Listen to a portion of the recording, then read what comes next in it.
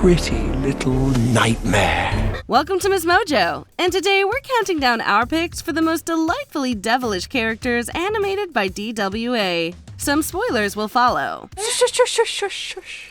Now don't worry. I'm here to make it all better. Number 30, Humpty Alexander Dumpty, Puss in Boots. This movie's about a genius egg beefing with his more popular orange tabby cat bestie. Humpty and Puss were rebels together in San Ricardo, but then Puss became a town hero, leaving his life of crime behind. Okay, yeah, I get it now. You get some fancy boots, and now you're too good for me? That is not true. We weren't born here. We're orphans. And all we got is each other, you understand? We are better than this. Feeling abandoned, Humpty devised an elaborate revenge plan to destroy both Puss and San Ricardo. With his manipulative tactics, such as using Kitty's soft paws to seduce Puss, he broke his friend's heart. When Humpty reveals his true nature to Puss, he is comically menacing, thanks in part to his overly expressive eyebrows and Zach Galifianakis' iconic voice. Spent a lot of time in a prison preparing for this. You set me up. Oh yeah, set you up, of course. You think this was all about getting the gold and clearing your name? This little adventure was about one thing. Revenge. Nevertheless, Humpty ultimately sacrifices himself for Puss, proving he wasn't a bad egg after all. The sequel features a more fearsome villain, Big Jack Horner, who's truly a rotten egg. You're an irredeemable monster! What took you so long, idiot? Number 29, Chef, Trolls. Hunting trolls for a living to make your grumpy boss happy is no one's dream job. When said boss is also your king and banishes you for the trolls escaping, you can't help but seek revenge. That's how Chef entered her villain era. I'll be happy again. I'll find the trolls. Even if it takes her forever, she is determined to find the trolls and seize the throne. She goes to extreme lengths and even manages to find Troll Village, kidnapping the trolls for the Bergens. Thanks for throwing the biggest, the loudest, The craziest party ever. If not for the power of love and friendship, she might have even succeeded in her usurpation plan. Unfortunately, her fierceness was not enough to slay her enemies. That said, we did enjoy her being an ambitious diva, even more so because of Christine Baranski's voice. By this time tomorrow, I'll be queen, and all of Bergen Town will get exactly what they deserve. True happiness! Number 28, Lord Victor Quartermain, Wallace and Gromit, The Curse of the Were-Rabbit. Ray Fiennes playing a villain will never not be iconic. In this film, he plays the grimy, gold-digging, toupee-wearing hunter, Victor. I know your little secret, Pesto. I know exactly what's going on. Your lordship. Oh, yes. You think you can pilfer my filly, don't you? You think you can con an innocent woman out of her fortune? Oh, me? Well, I got here first. He has his sights set on Lady Toddington, who is more fond of Wallace. Obviously, this doesn't sit well with the haughty fool, especially when he finds out Wallace is the were-rabbit. The beast lurks within all of us, my child. The sigh that emerges at night as the moon rises into the sky. The side that savagely rips the leaves off any innocent cabbage. Spare me the sermon, Vicar. Just tell me how I kill him. I mean it. With murder on his mind, he tries to play hero by offering to save Toddington Hall from the beast, while hoping to get rid of his competitor in the process. He talks big, but turns out to be a good-for-nothing poacher, and is chased away by the townsfolk who mistake him for the were-rabbit. The real evil, though, was his toxic situationship with Toddy, because the man was a walking red flag. I'm sorry, Companiola, but I am what I am. There's no nonsense with Victor Quartermain. What you see is what you get. Number 27, The Colonel. Spirit, Stallion of the Cimarron. George Armstrong Custer is a ruthless American military man tasked with westward expansion. On his mission to tame wild horses and turn them into cavalry mounts, he encounters Spirit, a Kiger Mustang, and is dead set on breaking him. How long has it been, Sergeant? Sir? The Mustang. How long has it been tied? 3 days, sir. Good. Fetch my crop and spurs. From starving the horse to harming his mate Rain, the Colonel uses cruel means to achieve his end. That alone is enough for us to despise the sight of him. However, Spirit endures it all, and with the help of his friend Little Creek, a man of the Lakota people, makes a bold escape. And I wasn't about to stop and ask. All I knew was that I was headed home. Realizing that Spirit can never be broken, the Colonel ends his pursuit out of respect for the stallion. This decision adds dimension to an otherwise plain cartoon villain, making him stand out. Number 26, General Mandible, Ants. A soldier knows that the life of an individual ant doesn't matter. What matters is the colony.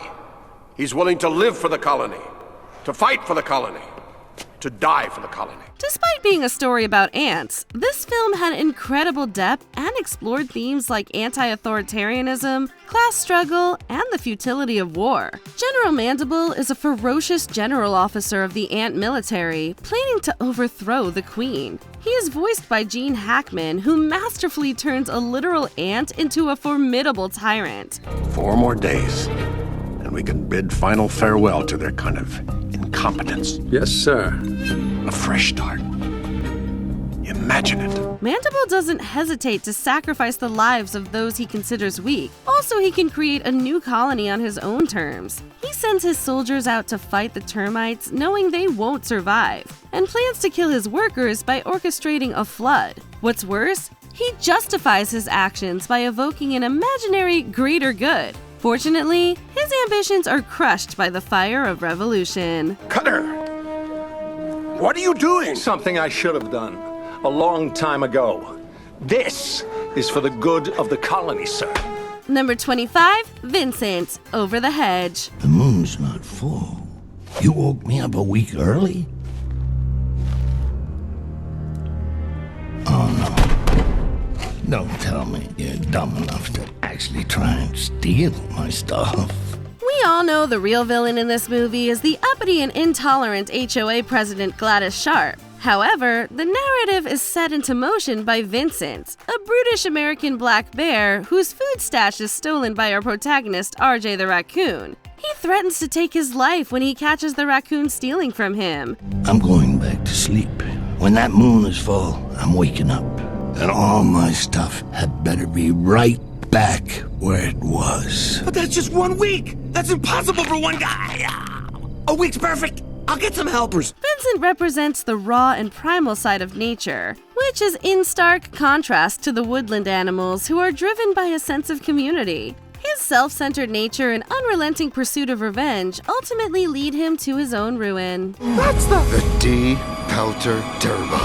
Prepare for a lot of stinging. Number 24, Francis E. Francis, the Boss Baby. This man is proof that corporate betrayal can turn anyone into a villain. A baby Corbinky? Where did you get that? Oh, you don't recognize me? Perhaps from my youth. He was once known as the super colossal big fat boss baby, serving as the CEO of Baby Corp. However, when his lactose intolerance caused him to age, he was replaced. So Francis started Puppy Co. to boost the popularity of puppies and reduce the demand for babies, hoping to bring Baby Corp down. You'll never get away with this! Yeah, not if we... What? Tell? Who are you gonna tell, Tim? Your parents? Where are the boys? I told them to stay in the puppy zone. I'm taking them both with me to Las Vegas. So stay out of my way. He doesn't hesitate to endanger Tim, Ted, or their parents to achieve this goal. However, just when his dream is about to come true with the launch of the Forever Puppy, the Templeton boys throw a wrench in the works. Francis's brand of unhinged wickedness comes from a place of deep resentment, but he is still unforgivable. It hurts, doesn't it?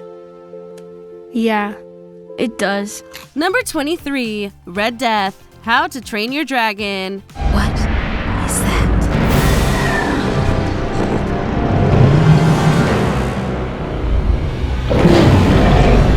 All right, bud, we gotta get out of here. This monstrous dragon is the reason for the unending discord between humans and dragons in the world of HTTYD. It controls smaller dragons who must bring food to satiate its hunger or face death in its maw. It's like a giant beehive. They're the workers, and that's their queen.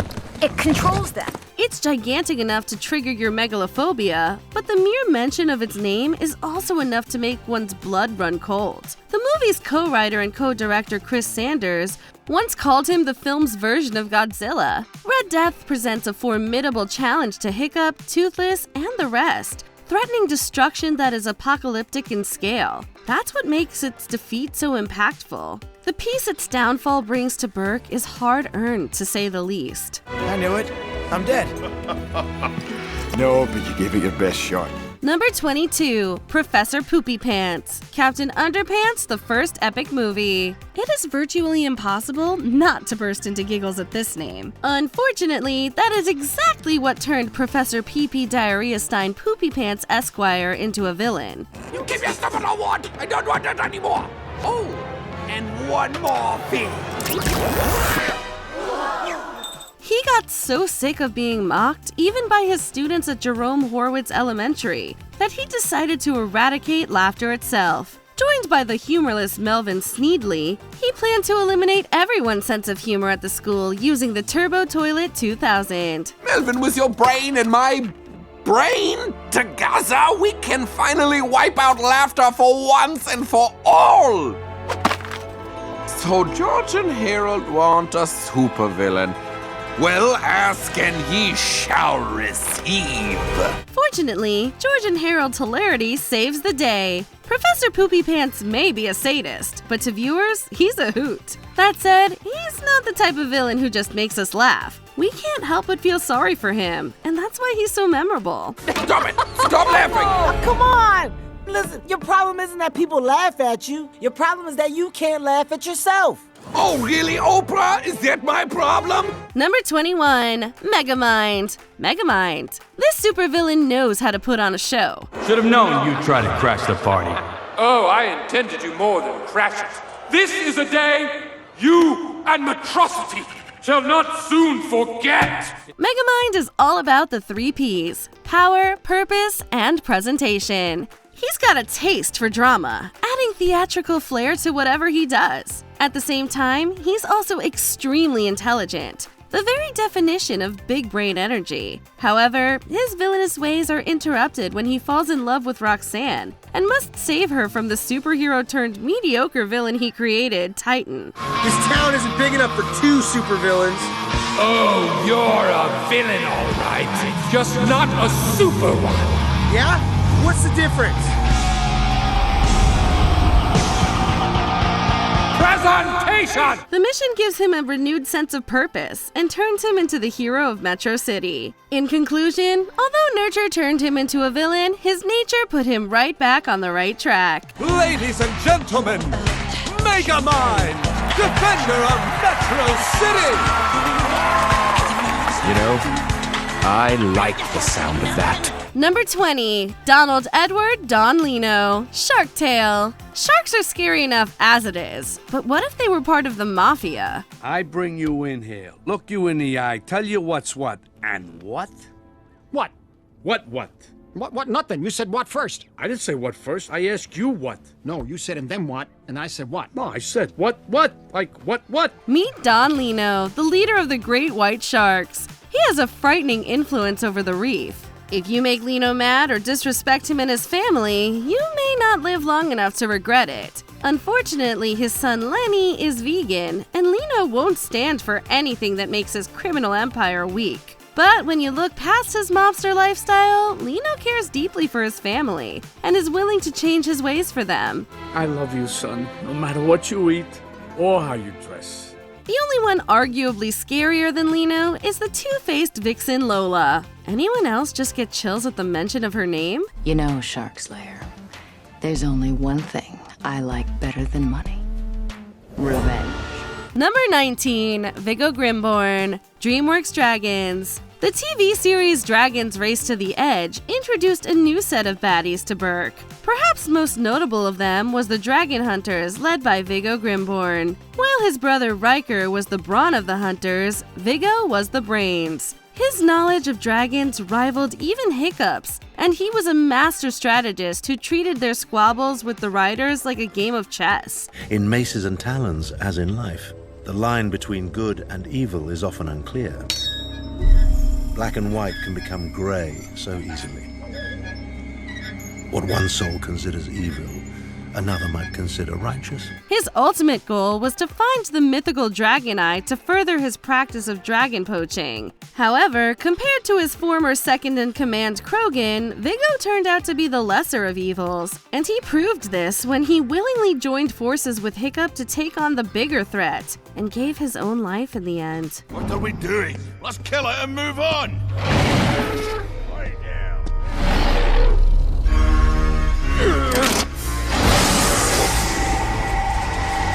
Number 18, Dave aka Dr. Octavius Brine, Penguins of Madagascar. Dave! Dave! Dave! Dave! Dave! Dave! Dave!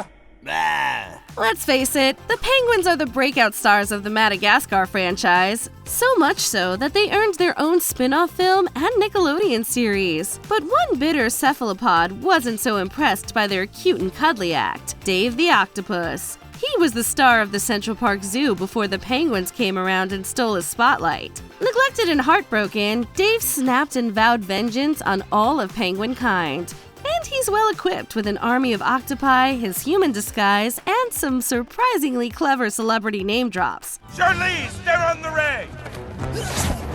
Helen, hunt them down! William, hurt them! Hallie, bury them! Hugh, Jack, man the battle stations! Kevin, bake on! We're still gonna need that victory cake! Honestly, you can't help but feel bad for Dave, but he does get the attention he craves in the end. Just not how he imagined. I hope you find happiness, Dave.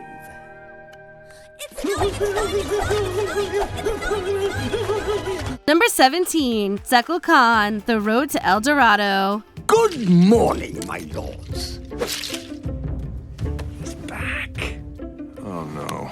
As the High Priest of El Dorado, Tzekel-Kan has been eagerly awaiting the day gods return so they may purge the city of wickedness. Ironic, since he's the most wicked one of all, he's charming and manipulative with an insatiable bloodlust, and has access to dark magic, the likes of which the world should never know. And yet, despite all his cunning and mastery of the arcane arts, he was still easily fooled into believing that Tulio and Miguel are gods, and was outsmarted again in the end.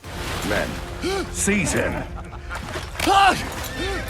There is no El Dorado here. Onward, men. Let this be a cautionary tale about extremist ideals and power-hungry leaders. Number 16, Galaxar, Monsters vs. Aliens. Who dares to wake me?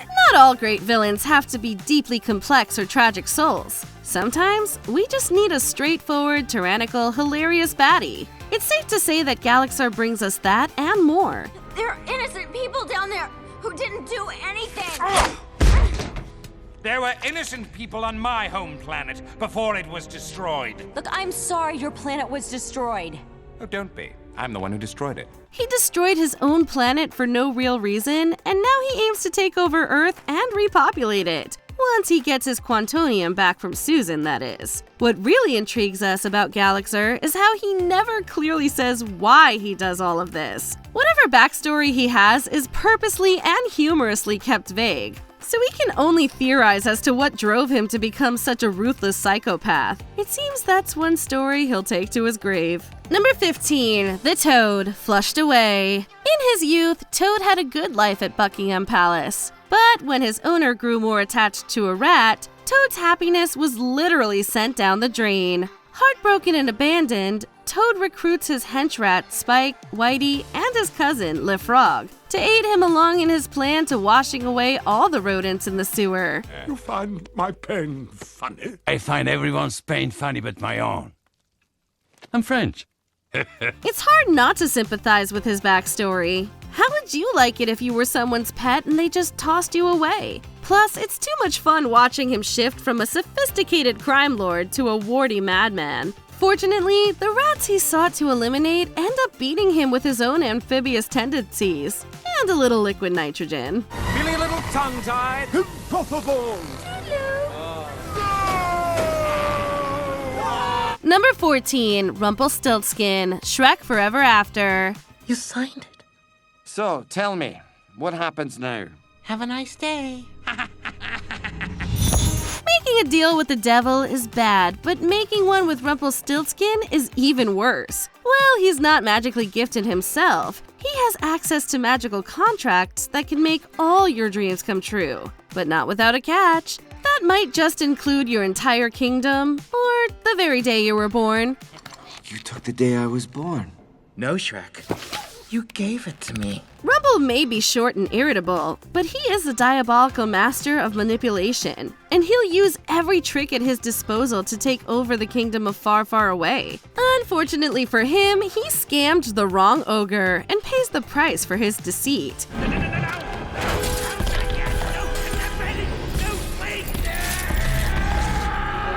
Hey, at least he made it out alive. We can't say the same for some of the other Shrek villains. Number 13, General Kai the Collector, Kung Fu Panda 3.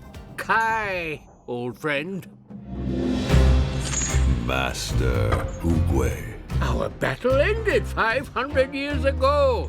Well, now I'm ready for a rematch. Took you long enough. Once upon a time, Kai was brother in arms with Master Oogway, and the two were world-renowned warriors in China. However, Kai was tempted by the dark side and became obsessed with stealing chi from others, prompting Oogway to banish him to the spirit realm, temporarily. Don't worry, little birdie. I'll put your chi to good use.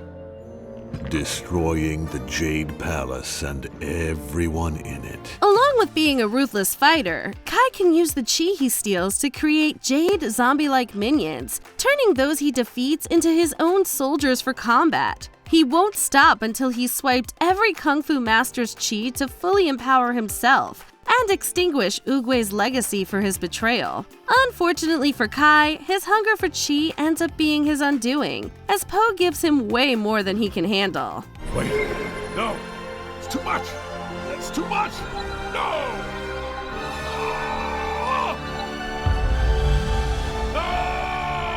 Number 12, Grimmel the Grizzly, How to Train Your Dragon, The Hidden World. My dear warlord, how go your plans to conquer the world? It's been said that Hiccup and Grimmel the Grizzly are perfect opposites. While Hiccup chose to befriend a dragon, Grimmel became obsessed with the idea of wiping out dragons completely. You wish dragons to live free among us, like equals?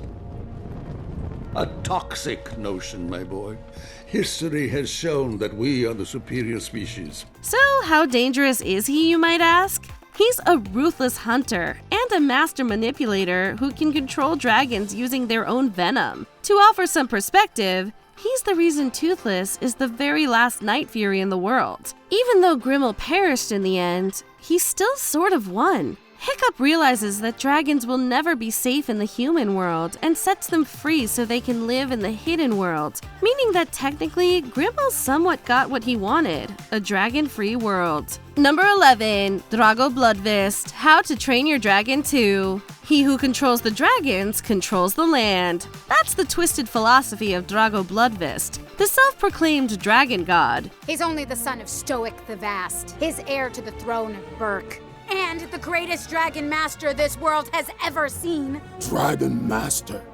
I alone control the dragons. Even though he lost his family to dragons, Drago rose above his fear and became a bloodthirsty tyrant hell-bent on enslaving both human and dragon kind. His brute strength is unquestionable. He's even managed to tame a massive bewilderbeast, who he uses to enslave other dragons in his ever-growing army. No dragon can resist the Alpha's command. So he who controls the Alpha controls them all.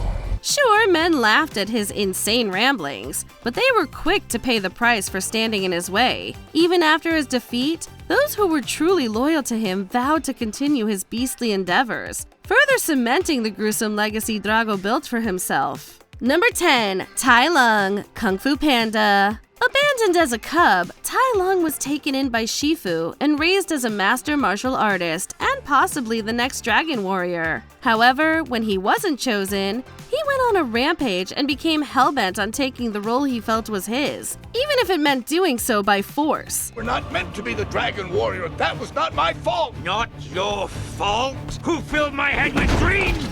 Who drove me to train until my bones cracked? Who denied me my destiny? He may have overreacted a bit, but can you blame him? Shifu became the only father Tai Lung ever had. He built up his hopes for achieving greatness, all for them to be ripped from under him in the end. He could only be stopped by the true dragon warrior though. So if one thing's for sure, it's that Shifu is one heck of a teacher. Skadoosh.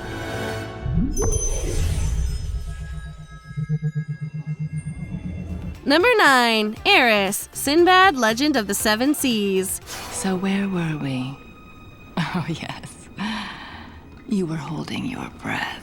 She is the ultimate femme fatale. Eris is the goddess of discord, and she takes great pleasure in her job, plunging the world into glorious chaos. In addition to being deviously beautiful, she has the omnipotent power to change her form and size as she pleases, as well as an army of monsters born from the constellations. How dare you! Everything was going perfectly, and now you do this! Despite her unlimited power and deceitful trickery, she does have one glaring weakness. She cannot break any promises she makes. They're literally embedded into her. Sinbad, when a goddess gives her word, she's bound for all eternity. Despite this, even if she does get outsmarted, she'll just brush it off and move on with her never-ending task of making the world crumble into chaos. And lucky for you, I've got places to go, things to destroy, stuff to steal. Number 8. Militia and Willard Tweedy, Chicken Run. This will take Tweedy's farm out of the Dark Ages and into full-scale automated production. This unhappy couple managed to turn a chicken farm into a prison camp. While Mr. Tweedy is more of a right-hand stooge, he makes sure that none of the inmates escape, and is the only one of the two to suspect that the chickens are smarter than they look. His wife, on the other hand, is the brains of the operation, wanting nothing more than to make a profit off their useless birds, even through malicious, deadly means like cooking their prisoners into pies. What is it? It's a pie machine, you idiot. Chickens go in, pies come out. Fortunately, she underestimates the birds, and she pays the price for it. It's chickens, you dolt! Apart from you, they're the most stupid creatures on this planet. Her scheme literally blows up in the farmers' faces, leaving them rightfully chickenless and penniless. I told you they was organized. Number 7. Hal Stewart, aka Titan, Megamind. If I were Metro Man, Megamind wouldn't be kidnapping you all the time. That's the first thing. Hal Stewart was just a nerdy cameraman looking for love that was out of his league. However, when Megamind needed a new arch-nemesis to do battle with, he ended up bestowing incredible superpowers to Hal and secretly trying to mold him into the ultimate superhero. You've been blessed with unfathomable power. What kind of power? Unfathomable. It's without fathom. Unfortunately, when Hal couldn't get the girl of his dreams, he decided that being a villain was more of his vocation, and began using his newfound might to conquer the city. You're supposed to be with me! I'm trying to warn you. Hal? It's Titan! It's Titan, not Hal!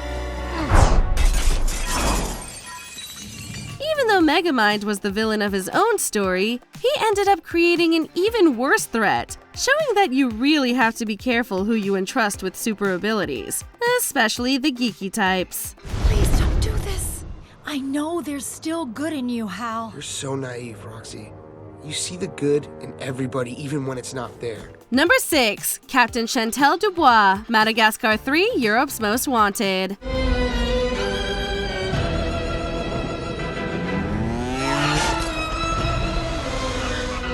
Captain DuBois was the best animal control officer Monaco had to offer, and she delighted in hunting beasts down and collecting trophies. So when she was offered a chance to hunt down Alex the lion and mount his head on her wall, she brought her A-game. The pinnacle of my career, to hunt the king of the beasts. She's pretty much insane, but she is also the ultimate hunter, armed with hunting tools of every kind, a dog-like sense of smell, cat-like reflexes, and a singing voice that can heal her lackeys miraculously.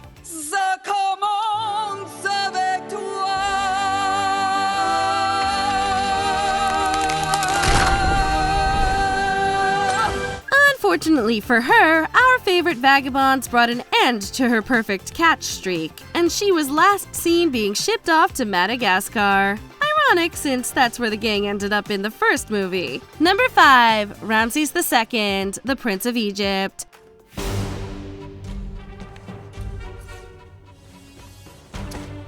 I do not know this god. Neither will I let your people go. The conflict between Moses and the Pharaoh is a tale as old as time. However, in The Prince of Egypt, Pharaoh Ramses II isn't really evil. In fact, he and Moses were actually best friends and adoptive brothers, even though Moses usually got Ramses into trouble.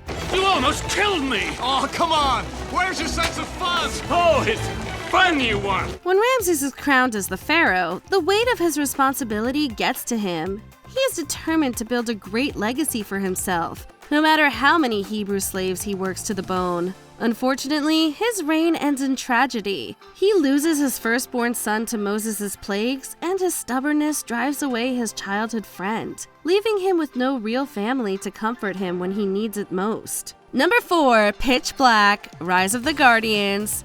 Don't look at me like that, old friend. You must have known this day would come. My nightmares are finally ready. Are your guardians? While the Guardians' goal is to bring joy to the world, one terrifying obstacle stands in their way. The boogeyman himself, Pitch Black. Embittered by nobody believing in him, Pitch relishes in turning children's dreams into nightmares. He's hell-bent on plunging the world into darkness and making sure the Guardians are forgotten, leaving them powerless to stop him. Why are you doing this? Maybe I want what you have. To be believed in. Being a master manipulator, he knows everyone's deepest fears and delights in torturing them psychologically. You have a bad habit of interfering. Now hand it over, and I'll let her go. It's hard to tell when he's being genuine or when he's lying through his pointed teeth. He's that good. However, despite his sadistic, cunning ways, there was one thing Pitch didn't count on: being betrayed by his own fears. Looks like it's your fear, Ismo. What?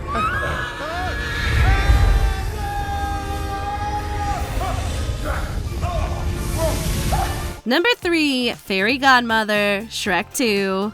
Oh, Sweet Pea, I'm your fairy godmother. I have a fairy godmother? Shush. Many remember the story of the Fairy Godmother, using her benevolent magic to give princesses their happily ever after. In reality, she's a prejudiced, corrupt businesswoman with her own agenda, to have Princess Fiona marry her pretty boy's son, Prince Charming, so that she can rule over the kingdom of far, far away. Oh, believe me, Harold, it's what's best. Not only for your daughter, but for your kingdom. She's got no qualms playing mind games with Shrek, trying to ruin his and Fiona's marriage to make it happen, since she firmly believes that ogres can't live happily ever after. She might have succeeded too if it weren't for Shrek and Fiona's love and a backfired spell. I told you, ogres don't live happily ever after! Harold!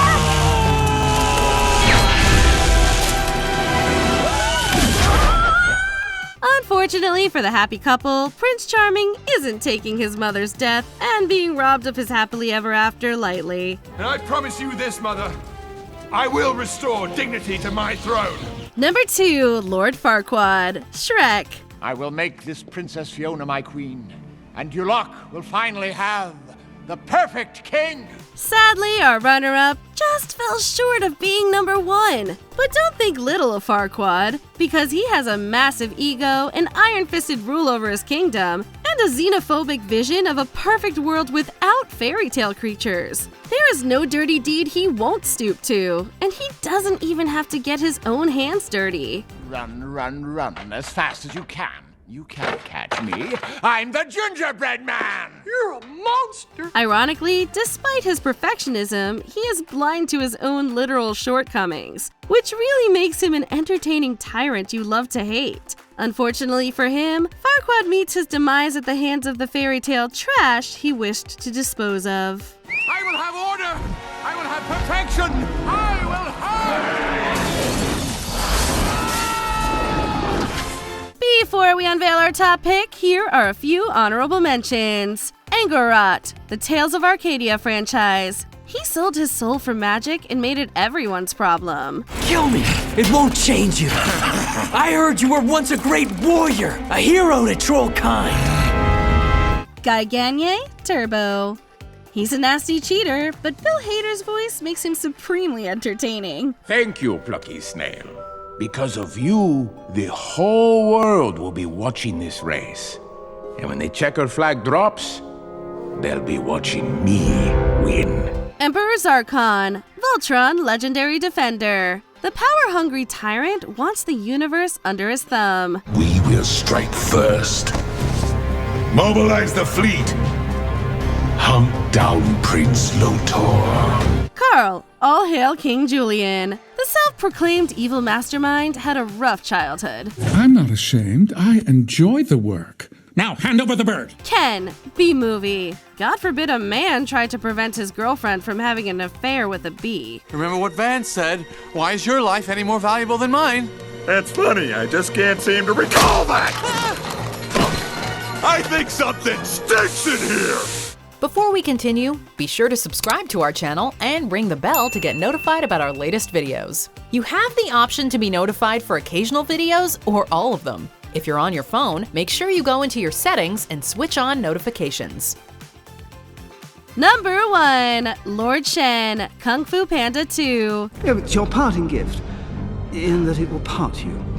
Part of you here, part of you there, and part of you way over there, staining the wall. We still give credit to Tai Lung for his tragic backstory, but we have to give it up to this devilish peacock. The only reason you're still alive is that I find your stupidity mildly amusing. Even though it meant being disowned by his family, Shen managed to weaponize fireworks and assemble an entire army of wolves with the mission to wipe out Kung Fu forever.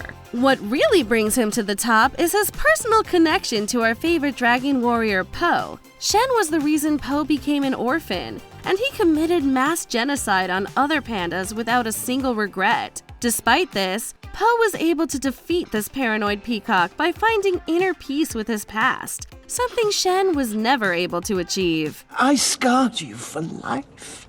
See, that's the thing, Shen. Scars heal. No, they don't. Which DreamWorks villain is the most underrated? Tell us in the comments. Everyone thinks they'll be the one to defeat me. But no one's escaped me yet.